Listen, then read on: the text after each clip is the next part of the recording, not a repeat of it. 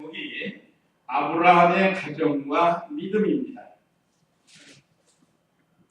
우리가 알다시피 아브라함은 우리 믿음의 조상입니다. 원래 이름이 아브라함.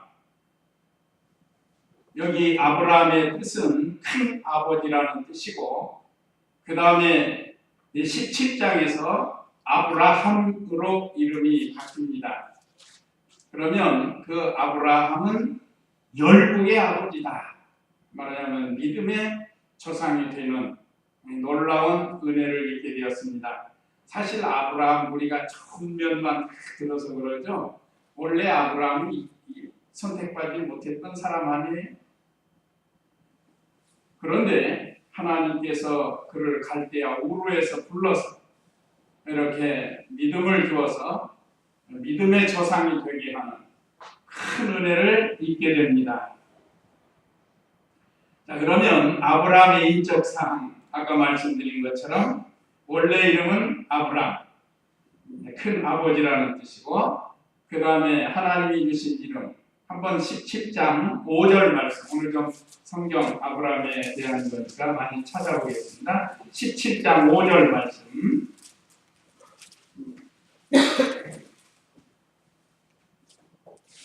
(4절부터) 읽어보세요. 보라, 내가 너와 언약을 맺으니 너는 많은 민족의 조상이 될 것이고 더 이상 내 이름을 아브라함이라고 부르지 않고 아브라함이라 부를 것이니 내가 너를 많은 민족들의 조상이 되게 하기 때문이다. 예, 하나님께서 아브라함을 불러서 그가 믿음이 있는 것을 보시고 이름을 배명해 주셨습니다. 그리고 오늘 본문 11장에 있는 것처럼 그는 갈대아 우르에서 출생한 사람입니다. 오늘 여기 본문 26절 다시 읽어보세요. 데라는 70년을 살고 아브람과 나홀과 하란을 낳았다. 데라의 계보는 이렇다. 데라는 아브람과 나홀과 하란을 낳고 하란은 롯을 낳았다. 하란은 자기 아버지 데라보다 먼저 그의 고향 땅 갈대아 우르에서 죽었다. 예. 아브라함의 아버지는 데라입니다. 데라가 아들 셋을 낳았어요. 순서로 기록한 거 보면 아브라함이 큰 아들이고, 그 다음에 둘째 아들이 나홀이고, 셋째 아들이 하란. 어쨌든 삼형제를 낳았어요. 아브라함의 아버지 데라가. 그리고 27절에 데라의 계보는 이렇다. 데라는 아브라함과 나홀과 하란을 낳고 하란은 롯을 낳았다. 여기 일찌감치 롯을 기록한 것은 앞으로 아브라함과 롯이 계속 동행하기로 합니다. 그래서 아브라함과 함께 있을 때는 롯이 실령적으로 또 물질적으로 복을 받아요. 그런데 아브라함을 떠나서 소돔 고모라로 갔다가 실패하고 맙니다. 속된 말로 철당 망해요. 믿음의 생활을 떠나서 세상으로 기울어지니까 그 많은 재물 다 잃고 아내는 소금 기둥이 되고 참 안타까운 일이에요. 사위들도 다 죽고. 자, 그 롯이 여기 아브라함의 조카예요. 둘째 동생 하란의 조카입니다. 하란의 아들이죠. 그러니까 롯의 조카예요. 28절에 하란은 자기 아버지 데라보다 먼저 그의 고향 땅 갈대아 우르에서 죽었다. 이거 보면 아브라함의 고향이 갈대아 우르입니다. 우리도 다 고향이 있죠. 각각 고향이 다르게 있습니다. 그 사람은 전라도, 경상도, 충청도, 각각 고향이 태어난 장소가 있습니다. 그러니까 우리가 실제로 우리의 참 고향은 어디예요? 돌아갈래 고향? 하늘나라예요. 찬송가 있잖아요. 구찬송 290. 돌아갈래 고향 하늘나라. 그런 거 우리가 어디서부터 왔어요? 그 고향이 하늘나라니까 우리가 어디로부터 왔어요? 하늘나라에서부터 온 거예요. 이거 다시 말하면 하나님께로부터 왔다는 뜻입니다. 하나님께로부터. 참 얼마나 감사해요. 우리가 세상적으로 참 보잘 것이 없는데 우리가 돌아갈 고향이 하늘나라가 되었다. 이건 이미 창세전에 그리스도 안에서 하나님의 사랑의 대상자로 선택해놨다. 그래서 가게 되는 거예요. 세상에서 좀 부족한 면이 있다 할지라도 반드시 우리는 우리의 고향 하늘나라로 가게 되어 있습니다. 그러니까 아브라함이 갈대아 우르에서 우상 숭배하는 가운데 살다가 부름을 받았어요. 이 우상 숭배하는 데라의 아들로 태어났습니다. 이 갈대아 우르에서는 요즘 말하는 바벨론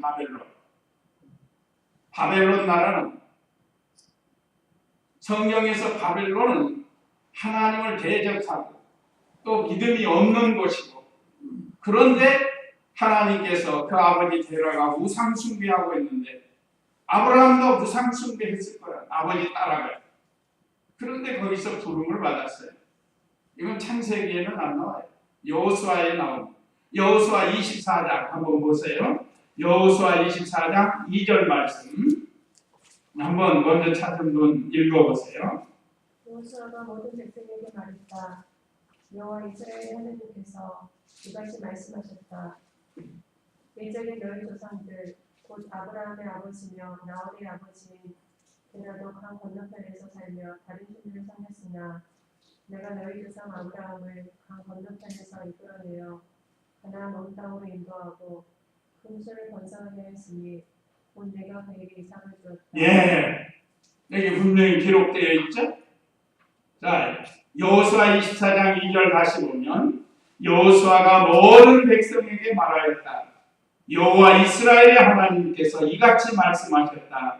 옛적에 너희 조상들 곧 아브라함의 아버지며 나홀의 아버지인 데라도 강 건너편에 살며 다른 신들을 섬겼으나 그랬습니다. 강 건너편이 유브라테스 강입니다. 그래서 이 아브라함은 히브리인의 창시자가 되고 조상이 되는 겁니다. 히브리인이라는 말이 강 건너 왔다는 뜻이에요. 그게 무슨 강이냐? 그 갈대아 우르에서 유프라테스 강을 건너서 가나안 땅으로 왔다 이 말이죠. 근데 하나님이 불러서 된 거예요. 오늘날 우리도 참 세상 사랑하고 우상 숭배했던 그런 가정에서 살던 우리들, 제가 가끔 얘기하면 여러분이 그 장독대에다가 초하는 날 되면 그 자녀들이 많으니까 뭐 신에게 비는 거예요. 정한수 떠놓고 뭐 촛불도 없어요. 그냥 정한수 떠놓고 그냥 비나이다 하는 거예요. 그러던 어머님이 예수님 믿고 우리 다 이렇게 신앙생활 할 수 있도록 인도해 주신 분이다. 과거에 우리가 다 이랬다 이 말이죠. 이 아브라함도 마찬가지였어요. 그런데 24장 3절에 여호수아 내가 너희 조상 아브라함을 강 건너 편에서 이끌어내어 갈대아 우르에서 우상 숭배하고 있는 이 아브라함을 가나안 온 땅으로 인도하고 그 후손을 번성하게 하였으니 곧 내가 그에게 이삭을 주었다. 아브라함의 아들 이삭이 이제 여기 밑에 내려가. 이와 같이 우상 숭배하는 아버지 데라의 아들로 우상 숭배하며 살았던 그 아브라함 하나님이 불러서 위대하게 만들어놨어요. 오늘날도 그런 사람들이 있어요. 세상에 형편없는 사람들 하나님이 불러서 위대하게 만드는, 무디 선생도 그렇다고 말도 변변치 못하고 참 하나님이 하시는 일은 이렇게 놀라운 역사가 일어나는 것을 우리에게 가르쳐줍니다. 그는 또 양치는 목자예요. 이제 창세기 13장에서 롯과 분리할 때 그 목자들이 많았고 집에서 길리온 일꾼이 318명이나 되고 목축업을 했던, 아까 말씀드린 것처럼 최초의 히브리인의 조상이 되었습니다. 그건 창세기 14장 13절에 있어요. 한번 거기도 읽어보시기 바랍니다. 창세기 14장 13절. 이들이 모두 시팀되고 그 사이에 모였다. 12년 동안 이들이 그돌라오메를 섬기다가 제13년에 단역하였다. 제14년에 그돌라오메를 13절? 14장 13절.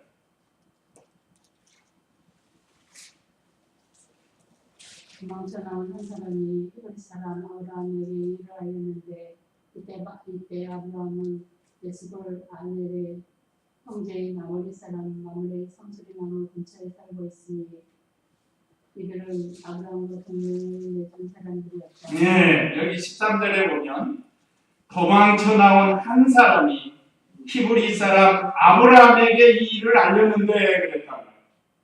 히브리 사람. 그래서 최초의 히브리인으로 불리게 됐던, 아까 히브리인의 뜻이 뭐라고요? 강 건너 왔다 이 말이에요. 강 건너 왔다. 그러니까 아까 그 강은 그 중동에 보면 유브라테스 강이 있습니다. 그래 그 후에 히브리인이 이제는 나중에 이스라엘이 됩니다. 이스라엘은 야곱이 계명을 받아서 이스라엘로 됐죠. 그건 이스라엘 나라가 돼요. 야곱의 12아들을 통해서. 그 다음에 또 흐르다가 세월이 흘러서 유대 나라로 변합니다. 유대나라는 이스라엘 백성이 포로로 바벨론에 잡혀가서 70년 살다가 돌아오면서 유대나라라고 이렇게 또 불리워집니다. 그러니까 맨 처음은 아브라함을 통해서 히브리인이 되었다. 참 이렇게 하나님께서 역사하셔서 그 갈대아 우르에서 우상을 숭배하던 그 아브라함을 불러서 믿음의 조상이 되게 한 것처럼 오늘날 우리도 사실은 위대하게 된 거예요. 세상적으로는 별거 없지만 신앙적으로 보면 어떻게 우리가 하나님의 거룩한 자녀, 거룩한 백성이 되었는지, 하나님의 은혜가 아니면 아브라함에게 주셨던 은혜를 우리에게도 주신 겁니다. 예수 그리스도를 통해서. 그러니까 좀 우리가 자부심을 가지고 살아야 돼요. 우리의 목표는 하늘나라. 자, 그 다음에 아브라함의 가족에 대해서 먼저 부인 사라에 대해서 아까 11장 29절에 기록이 되어 있습니다. 29절 한번 읽어보세요. 아브라함과 나홀이 그들의 아내를 맞아들였는데 아브라함의 아내 이름은 사레이고 나홀의 아내 이름은 밀가이니 하란의 딸이며 하란은 밀가의 아버지이고 미스가의 아버지였다. 사레가 잉태하지 못하여 자식이 없었다. 데라가 그의 아들 아브람과 하란의 아들인 손자복과 그의 아들 아브람의 아내인 며느리 사레를 내리고 가나안 땅으로 가려고 갈대아 우르에서 떠나 하란에 도착하여 거기 살았다. 데라가 205세를 살다 하란에서 죽었다. 예. 이제 아브라함의 가족의 첫째 부인이에요. 부인 이름이 사레예요. 사레. 그러다가 사라라고 고쳐줍니다.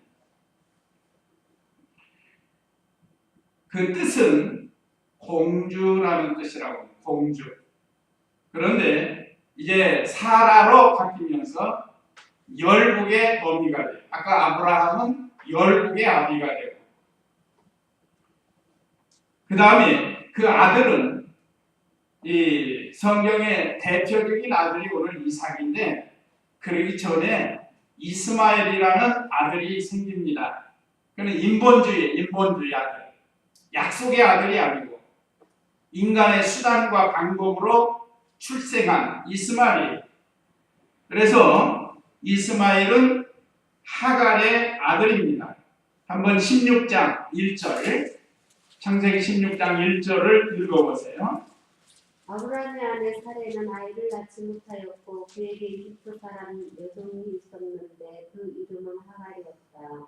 사레가 아브라함에게 말하기를 보십시오. 여호와께서 내 출산을 막으시니 내 여종에게로 들어가십시오. 혹시 내가 그 여자를 통하여 아들을 얻을지 모르겠습니다라고 해서 아브라함이 사레의 말을 들었다.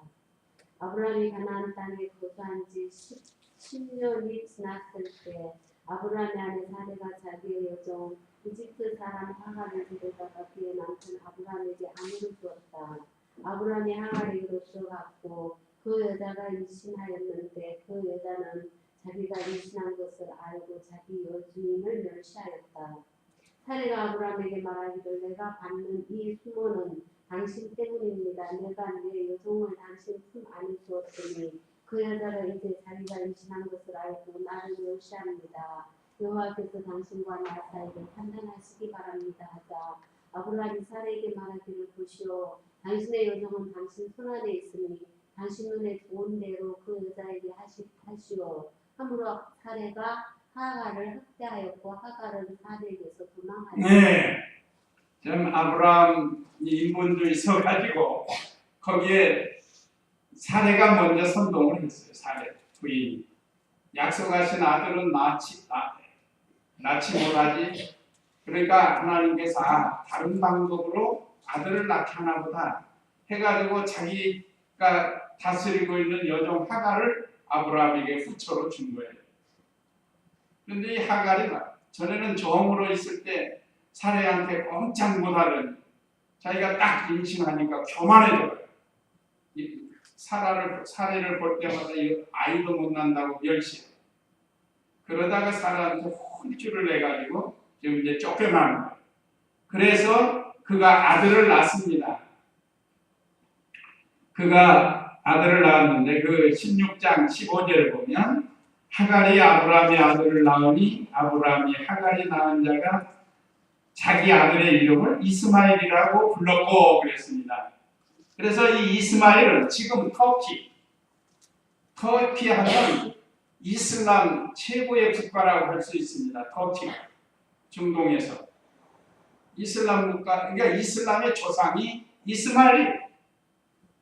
결국은 그 이스마엘이 이삭을 데려간 것처럼 오늘 이 시대에도 그 이슬람 교도들이 기독교를 대적하는 이런 흐름이 지금까지 오고 있어요.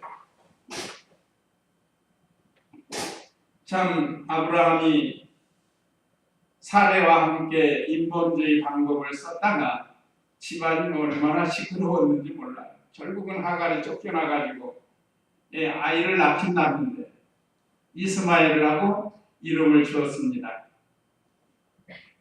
그때 나이가 아브라함이 86세라고 했습니다. 이건 육에 속한 신자. 이스마엘은 아브라함의 아들이지만 그는 육에 속한 신자입니다. 영에 속한 신자는 누군가? 이삭의 약속의 아들. 여기는 육신에 속한 이스마엘이고 이삭은 영에 속한 하나님의 거룩한 자녀가 되는 겁니다. 약속의 아들이라.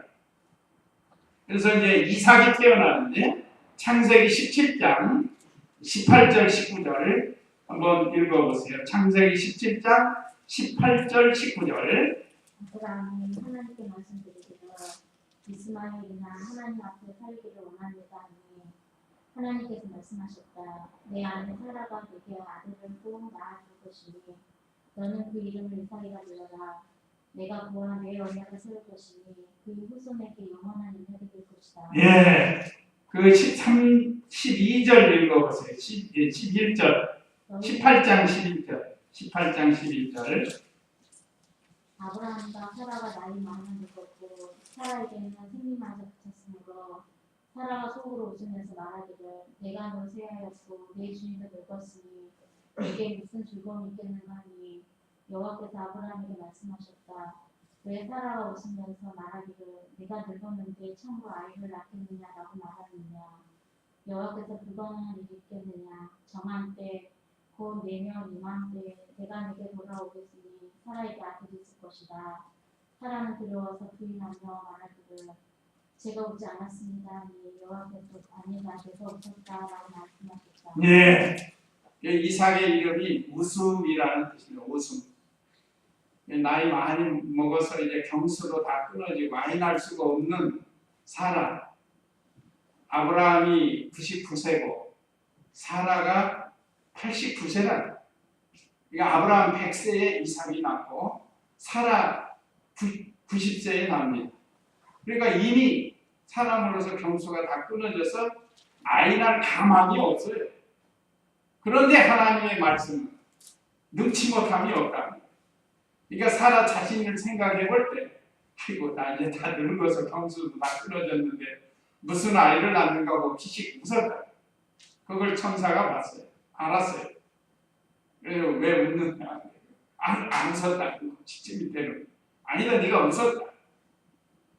그래서 그 이삭이라는 이름은 이삭이 태어나기 전에 천사를 통해서 이름을 지어졌습니다. 이삭, 웃음. 그래서 사라가 웃기도 했지만 참 부모에게 웃음을 주는 사람이에요. 그래서 이삭의 일대기를 보면요, 부모 속식인 게 없어요. 하나님 잘 섬기고 부모님 잘 공경했어요. 그 한참 자라는 청년 때 하나님께서 그 이삭을 번제로 드리라고 할 때에도 아버지한테 반항하지 않냐고. 아버지, 나무와 횃불은 칼은 여기 있는데 재물은 어디 있습니까? 하고 물었을 때 아브라함이 잘 가르쳐줬죠. 그럴 때 이삭이 뭐라고 했을까? 아버지, 나이 드시더니 망령이 들으셨으니까 어떻게 아들을 잡아서 번제로 드립니까? 하나님 기뻐하시지 않을 겁니다. 반항하고 그렇게 했을지도 몰라요. 그런데 이삭은 그게 아니에요. 나 같은 것이 또 하나님께 제물이 되니 얼마나 감사합니까? 이런 믿음이었을 거예요. 오늘날 우리도 참 이런 좋은 믿음들을 가지는 그런 신앙이 필요합니다. 이거는 아브라함의 좋은 신앙이 그 아들 이삭에게 내려갑니다. 그래서 오늘날 가정의 달을 맞이해서 부모가 자녀들에게 어떻게 신앙생활을 모범으로 보여줄 것인가가 참 중요해요. 자녀들이 그걸 보고 배운다. 이 아브라함은 이삭에게 좋은 신앙의 본을 남겼습니다. 그래서 자기를 죽인다 할지라도 반항하지 않고 오히려 감사했을 거예요. 성경에 기록은 안 됐지만 그 포박되는 거 보면 알 수 있잖아요. 제물이 되려고 결박을 할 때 가만히 있는 거예요. 기도하면서 마치 예수님이 도수장에 끌려가신 거죠. 그런 좋은 아들이에요. 신령한 자, 언약의 대상자입니다. 그 다음에 아까 하갈은 이스마엘의 모친이고 육에 속한 자고 사라의 여종입니다. 이 이집트 출신이라고 해서 아까 16장 1절에서 그 다음에 이제 아브라함 말년에 25장에 보면 이제 그두라라는 부인을 얻습니다. 한번 창세기 25장 1절 읽어보세요.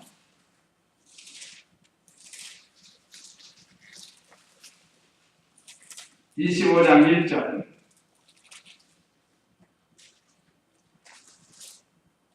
읽으세요. 아브라함이 다시 아내를 얻었는데 그 여자의 이름은 그드라였다.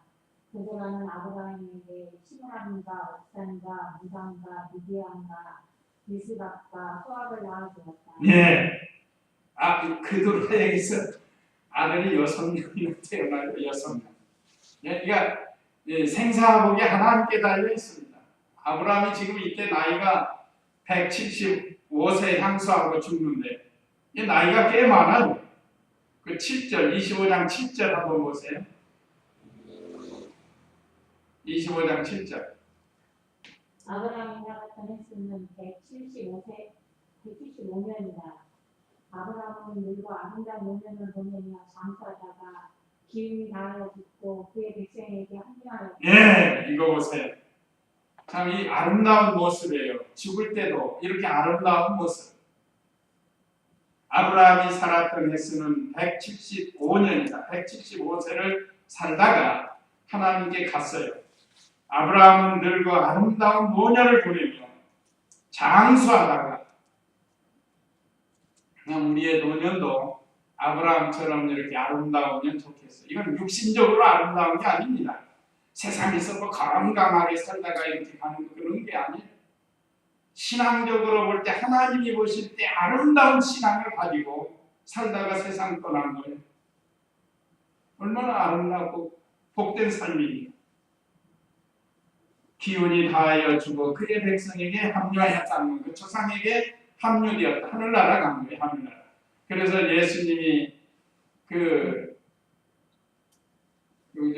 나사로 부자와 나사로 때 예수님이 말씀하셨잖아요. 아브라함 품에 안긴 나사로. 자, 이와 같이 이 아브라함의 가족 상황은 이렇게 되어 있습니다. 그다음에 이제 중요한 건 아브라함의 믿음과 순종이에요. 아브라함이 어떤 믿음을 가지고 어떻게 순종했는가, 이것이 이제 우리가 배워야 할 일들입니다. 하나님 말씀을 잘 순종했어요. 아까 우리 본문 창세기 12장 1절 읽어보시기 바랍니다. 12장 1절 말씀. 여호와께서 아브라함에게 말씀하셨다. 너는 내 땅, 내 친족, 네 아버지의 집에 있었으나 내가 네게 보여줄 땅으로 가거라. 내가 너를 큰 민족이 되게 하고 내게 복을 주어 내 이름을 크게 할 것이니 네가 복이 될 것이다. 너를 축복하는 자에게 네가 복을 주고 너를 저주하는 자에게 네가 저주하겠다. 땅의 모든 족속이 너로 말미암아 복을 받을 것이다. 아브라함이 여호와께서 자기에게 말씀하신 대로 갔고 롯도 그와 함께 갔으니 아브라함이 하란에서 떠날 때 75세였다. 아브라함이 그 안에 사례와 조카 롯과 하란에게 그들이 모은 돈과 재산과 거기서 얻은 사람들을 이끌고 가나안 땅으로 가려고 떠나서 아침에 가나안 땅으로 들어갔다. 네, 아브라함은 하나님 말씀을 잘 순종했습니다. 여기 주요 내용이 너는 본토 친척 아비집을 떠나 내가 네게 지시할 땅으로 가라. 명령이 하나님 명령 말씀입니다. 그런데 아브라함이 조금도 걱정하거나 머뭇거리지 아니하고 예하고 순종했습니다. 하나님께서 왜 본토 친척 아비집을 떠나라고 해요? 본토는 갈대아 우르 아닌 갈대아 우르, 자기가 살던 고향, 본토라는 말. 그거는 자기 중심적으로 살았던 것을 떠나는 거예요. 오늘날 우리가 신앙생활이 본토를 떠나지 못할 때가 있어요. 자기 중심적인 신앙생활. 우리는 누구 중심이 되어야겠죠? 하나님 중심이 되어야 되고 말씀 중심이 되어야 됩니다. 그런데 많은 크리스찬들이 자기 중심적으로 신앙생활하는 건 본토를 떠나지 못한 증거예요. 아브라함은 떠났습니다. 자기 중심적으로 살던 이것을 떠나서 하나님 제일주의, 하나님 말씀주의로 생활을 했던 이런 믿음이에요. 그 다음에 친척이 나옵니다. 친척은 인정을 떠나라는 거예요. 인정. 오늘날 우리들이 믿음 생활하면서 인정을 끊지 못할 때가 많아요. 인정 때문에 믿음 못 지킬 때가 많습니다. 하나님 말씀 따라가지 못하고 인정에 치우쳐가요. 우리는 인정에 얽매이지 말고 말씀대로 살아야 되는 것을 가르쳐야 됩니다. 그 다음에 세 번째는 아비집을 떠나라고 그랬죠. 아비집. 아비집은 세상에 있는 전통, 풍습들, 습관 이런 것들을 가르칩니다. 우리나라에는 많은 전통이 있고 풍습이 있어요. 그러니까 크리스찬이 예수님 믿고도 여전히 세상 풍속 따라가면 안 돼요. 이거 끊어야 돼요. 아까 저희 어머니 말씀드렸죠. 전에는 예수님 믿기 전에는 세상 풍속 따라서 습관을 따라서 그 미신에 살았단 말이에요. 미신선. 장독대에다 정한수 떠놓고 새벽에 일어나서 빌었어요. 그럼 뭐겠어요? 가정이 잘 되고 자녀도 잘 되라고 빌겠죠. 그런데 예수님 믿고 그걸 딱 끊어버려요. 또 저희 어머님이 참 아는 건 없지만 그 시골에서 옛날 객강시라고 있어요. 전라도 말로 객강시. 개 모임이 있어요. 개. 그러면 한 잔씩 여인들이 마시고 이 장구 치면서 춤을 춘다고 그랬죠. 내가 전에도 한번 말씀드렸죠. 근데 저희 어머님은 어떻게 장구제비가 됐어요. 장구제비가 돼가지고 이렇게 한 번씩 노시는 거 보면은 어깨에다 띠해가지고 장구 덩덩덩덩덩덩덩 오면 동네 어머님들이 그냥 둥실덩 쓰고기에 맞춰서 춤을 췄다. 이 세상의 어떤 풍습, 습관, 전통이라. 근데 예수님 믿고 싹 끊어버렸어요. 이런 겁니다. 이것이 바로 아비집을 떠나는 그런 신앙생활. 그 외에도 우리가 아비집으로 모시고 사는 게 많아요. 그걸 다 끊어야 하나님을 따라갈 수 있습니다. 세상의 권세, 명예, 영광, 세상 것 따라가는 게 바로 아비집과 같습니다. 정치하는 사람들은 그 명예, 영광, 권세 그거 못 버려야 잘. 마치 우상과 같아요. 한번 빌립보 3장 4절에서 8절 말씀 신약성경 바울은 이 모든 것을 어떻게 여기고 믿음 생활했는가. 빌립보 3장 4절 읽어보세요. 비록 나도 육신을 신뢰할 것이 있지만 나는 그렇게 하지 않는다. 어떤 이가 육신을 신뢰할 만하다고 생각한다면 나는 더욱 그러하다. 나는 8일 만에 할례를 받았고 이스라엘 족속이고 베냐민 지파이고 히브리인 가운데 히브리인이고 율법으로는 바리새인이고 열심으로는 교회를 박해하였고 율법의 의로는 흠이 없는 자이다. 그러나 내게 유익하던 것은 무엇이든지 그리스도를 위하여 해로 여기며 또한 모든 것을 해로 여기면 내 주 그리스도 예수님을 아는 지식이 가장 고상하기 때문이다. 내가 그분을 위하여 모든 것을 잃어버리고 대선물로 여기는 것은 그리스도를 얻고 예수 그리스도를 얻었기 때문에 그동안 바울이 가지고 있던 그 모든 것들을 배선물과 같이 여겼다. 예수님 따라가는데 장애가 됩니다.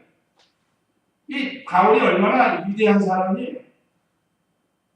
육신으로 자랑할 때 8일 만에 할례를 받았고 이스라엘 족속이고 베냐민 지파이고 히브리인 가운데 히브리인이고 율법으로는 바리새인이고 바리새인은 정통합니다. 그 시대에. 열심으로는 교회를 핍박하고 율법으로는 흠이 없는 그런 자이었지만 예수 그리스도를 따라가는 일에 장애가 되기 때문에 그런 건 전부 배설물로 여겼다는 겁니다. 이것이 바로 이 아비집을 떠나는 겁니다. 그래서 우리도 우리의 친척, 본토 친척 아비집, 우리 속에 있는 것들을 잘 떠나서 예수님을 따라갈 수 있고 말씀을 따라갈 수 있습니다. 그래서 히브리서 11장 8절에 믿음으로 아브라함은 부르심을 받아 간파를 알지 못하고 하나님의 말씀을 따라갔다고 했습니다. 그냥 믿음이 없지는 않아요. 그 다음에 롯의 좋은 신앙 두 번째는 조카에게 양보하는 신앙입니다. 양보하는 신앙. 한번 창세기 13장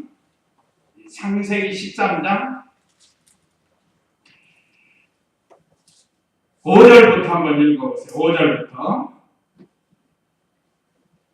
아브라함과 함께 다니던 롯에게 양떼와 숫떼와 장막들이 있었다.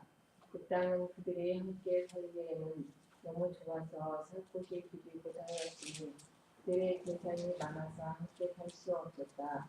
아브라함의 가축의 목자들과 롯의 가축의 목자들 사이에 다툼이 있었고 그때 가나안 사람들과 브리스 사람들도 그 땅에 살고 있었다.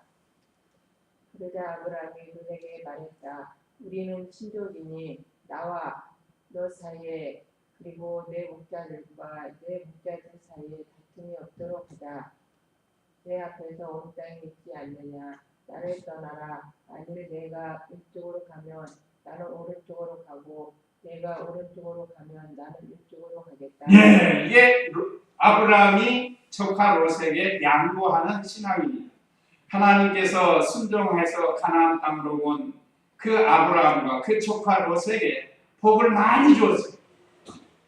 이 얼마나 가축이 농사가 잘 되고 가축이 아주 잘 됐다고.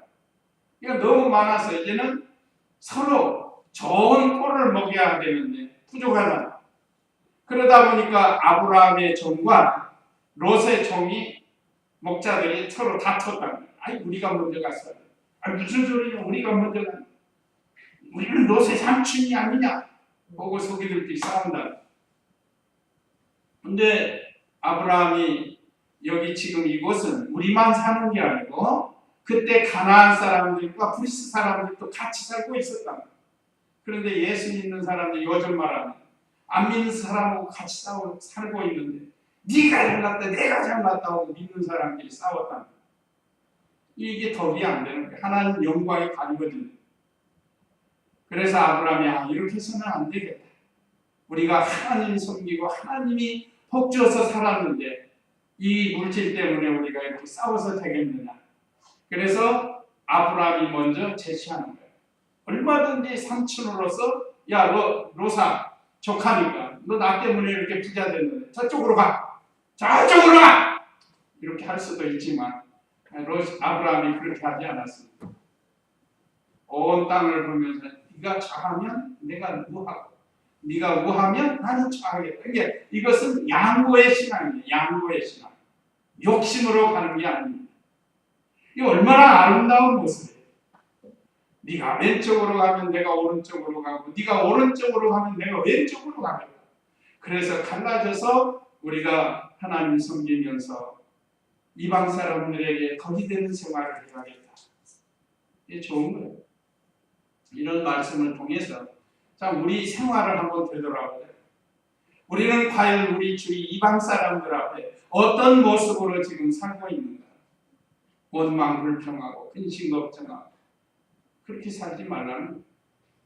우리가 이 말씀도 수없이 배웠습니다. 지금 우리가 신앙생활하면서 오랫동안 배운 거예요. 그런데도 아직도 그 욕심을 끊어버리지 못하고 다른 사람에게 덕이 못되고 하나님 앞에 영광 갈리고 이 아브라함이 왜 아브라함이 되었는가? 가정의 날을 맞이해서 이 얼마나 아름다운 모습이에요. 조카한테도 이렇게 철저하게 신앙의 법을 보였어요. 이때 롯이 아이고 그럴 때는 적어도 어떻게 해야 된다고 했죠? 아유 삼촌 먼저 해야죠. 옛날 그 라면 선전할 때 형님 먼저, 아우 먼저, 형님 먼저, 아우 먼저 하는 거 있었잖아요.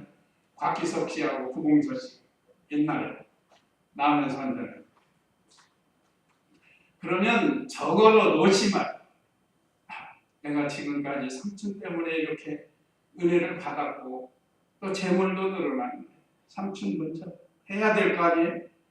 그런데 이렇게 보고 욕심이 돌아요. 그래서 소돔 고모라로 간 거예요. 그리고 더 좋은 것은 뭐라고 그랬죠? 내가 삼촌을 떠나서 어디로 가겠습니까? 사실은 삼촌 떠나면은 안 돼요. 떠났다가 소돔 고모라에 가서 절평 마음이 버리지 않았어요. 하늘에서 불이 내려오고 소돔 고모라 심판을 받고 그때 아무것도 가져오지 못하고 사랑하는 아내가 소금 기둥이 되고 말고 두 사이는 다 죽고 딸과 함께 남아가지고 이게 이렇게 아브라함은 양보함으로 복을 받았습니다. 그러나 롯은 욕심으로 나갔다가 망하게 되었다는 거예요. 마지막 아브라함의 최고 좋은 신앙 다 좋지만 최고 좋은 신앙이 창세기 22장 1절입니다. 한번 읽어보세요. 창세기 22장 1절 말씀. 이들 후에 하나님께서 아브라함을 시험하시려고 아브라함하고 그를 부르시니 아브라함이 예 제가 여기 있습니다 하고 대답하였다. 하나님께서 말씀하시기를 내 아들 곧 네가 사랑하는 너희 외아들 이삭을 데리고 모리아 땅으로 가서 내가 네게 말해주는 한 산 위 거기서 그를 번제로 드리라 하시니 아브라함은 아침에 일찍 일어나 그의 나귀의 안장을 지우고 그 종과 함께 아들 이삭을 데리고 번제에 쓸 나무를 쪼개어 가지고 일어나 하나님께서 말씀하신 곳으로 갔다. 셋째 날에 아브라함이 눈을 들어 멀리서 그곳을 바라보고 아브라함이 종들에게 말하기를 너희는 나귀와 함께 여기 머물러라. 나와 아이는 저기로 가서 우리가 얘기하고 우리가 너희에게로 돌아오겠다 하고 아브라함이 번제에 쓸 나무를 들어 아들 이삭에게 집어주고 그는 불과 칼을 손에 들었고 그들 두 사람이 함께 걸어갔다. 이삭이 그의 아버지 아브라함에게 말하기를 내 아버지여 하니 아브라함이 대답하였다. 내 아들아, 내가 여기 있다. 이삭이 말하기를 보십시오, 불과 나무는 있는데 번제를 위한 어린 양은 어디 있습니까? 하니 아브라함이 내 아들아, 번제를 위한 어린 양은 하나님께서 자신을 위하여 준비하실 것이다 라고 말하고 그들 두 사람은 함께 걸어갔다. 예. 자, 이 밑으로 계속 내려가면 아브라함의 신앙의 절정.